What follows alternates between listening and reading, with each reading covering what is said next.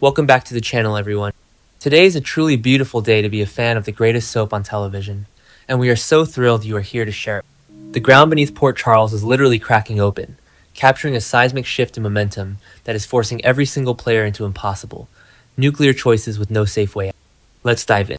Let's start right in the Quartermain breakfast room because I cannot believe Michael Corinthos actually. He maneuvered Willow into moving into the Quartermain boathouse. Like, what? He literally moved his ex-wife onto his family's property to trap her. Because let's be real, that is exactly what this is. He is terrified she is going to pull a parental kidnapping stunt with Wiley and Amelia, especially now that they are divorced and the custody war is turning radioactive. So what does he do? He puts her right in his backyard where he can watch her every single minute. It is such a classic Sonny and Carly move, wrapped in Quartermain money. He wants to make sure the children have equal access to both of them, but mostly, he wants to keep her under a microscope. I mean, the sheer audacity of it is just delicious. But wait, I am getting ahead of myself. The real star of this scene is Tracy Quartermain. Tracy is the undisputed queen of this show, and I will not hear other. Michael probably should have asked Tracy before moving his ex-wife onto the estate, but Tracy didn't even. She looked Michael dead in the eye and basically told him to annihilate Willow. Tracy is bargaining with him, pushing him to the absolute limit. She tells Michael to use what he has against Willow and then get her out of their lives. Yes, Tracy. I know some people are loving Willow's victim act lately, but personally, I am so over it. Tracy sees right through her. Tracy remembers every single gold digger and manipulator who ever tried, and Michael is sitting on the ultimate trump card. He has the proof that Trina and Kai heard Wiley's ringtone when Drew was shot. He has the ammo to prove Willow pulled the trigger. Tracy knows you don't hold on to ammunition like that. You fire it, but Michael is hesitating. Because Wiley and Amelia are factors, it is an impossible choice. If he destroys their mother and sends her to prison, what does that do to the kid? But if he doesn't, Willow might take them away forever. I am screaming at my television for Michael to just listen. Remember when Tracy used to battle it out with Monica over the house? This is that same ruthless, cutthroat, Quartermain energy, and we desperately need more of it. Okay, back to the point. Let's shift gears and talk about the Metro Corp. Can we talk about Scout Kane for a second? Because my heart is completely shattering for this girl. Since Sam died, Scout has been through pure, unadulterated hell, and now her father is making it 10 times worse. Scout is confiding in Rocco Falconeri, and it is the sweetest, saddest thing ever. She tells him she has a secret plan to be able to have time with her maternal relatives, including Danny. He looks at Rocco and says, "I'll tell you something, but you can never tell anyone. I am literally crying." Drew is isolating her, keeping her away from Danny and the entire Quartermain and Morgan side of the family because of his toxic, petty vendetta against Jason. It is sickening. Drew used to be the good twin, but now he is acting like a complete tyrant. And Rocco is just a teenager, but he is acting like a 40-year-old therapist. He listens so intently.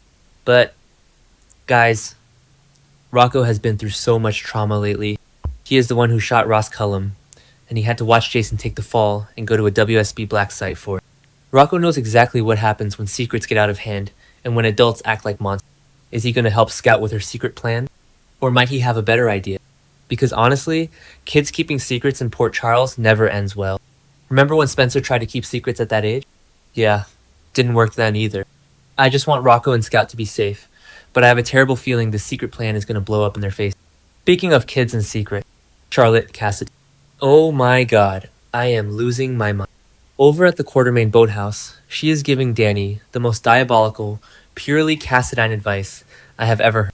She looks at Danny, talking about Drew keeping him and Scout apart, and says, "When Drew goes low, you go lower." I literally gasped out loud at my screen. Valentine Cassadine taught his daughter well, didn't he? I mean, she is channeling her inner villain and passing it right on to Danny. It is brilliant, but it is also terrifying. Is this really what Danny needs right now? Danny is already a volatile, explosive mix of Jason's stoicism and Quartermain dysfunction. Adding Cassadine warfare tactics to his brain is like pouring gasoline on a raging fire. I am totally here for it, don't get me wrong, because I want someone to take Drew down, but I am also dreading the fallout. Danny is going to stir up so much trouble. Will Charlotte teach Danny some more Cassadine maneuvers that he... Something about that advice somehow sounds like it could only make bad things worse. Drew thinks he is untouchable right now since he recovered from the paralytic, but he has no idea that a teenage Cassadine is coaching his nephew on how to completely destroy him.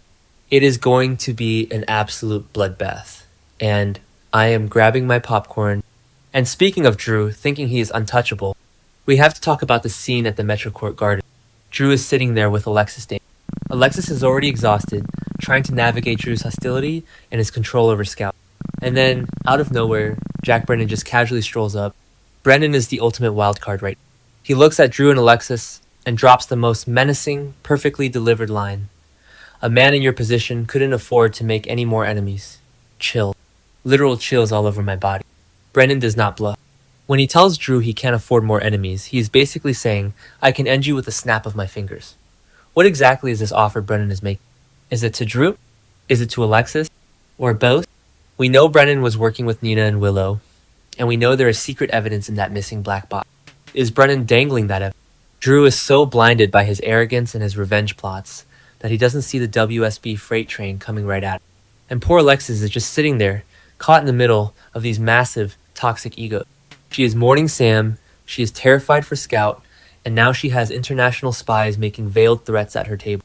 I kind of feel bad for Alexis, but I also need her to step up, put her lawyer hat back on, and put Drew in his... Let yourself just process all of it. The layers of manipulation are off the chart. Michael trapping Willow, Tracy pulling the string, Charlotte corrupting Danny, Brennan threatening Drew. It is a masterpiece of soap opera storytelling. But wait, there is one more massive scene we have to unpack, and it might be the most emotional one of the entire episode. Let's take a breath and talk about Sonny Corinthos and Justine. Justine is questioning Sonny about Jen Sidwell. Sidwell just took a plea deal and is heading to Pentonville, which means he is out of their hair, but Justine is still terrified. She asks Sonny, is he going to live long enough to serve his sentence? It is such a valid heartbreak, because historically, Sonny Corinthos' enemies do not survive prison. They have accidents, they get shanked in the yard. Justine was held hostage by Sidwell. She is traumatized. She knows what Sonny is capable of, and she is terrified that she is falling in love with the man who orders hits for a living. But Justine doesn't know the biggest, most seismic secret in Port. Sonny is out of the mob. He is walking away. This is the perfect time for Sonny to give her an update about his massive career. After over 30 years of running the Port Charles underworld, Sonny Corinthos is going legit.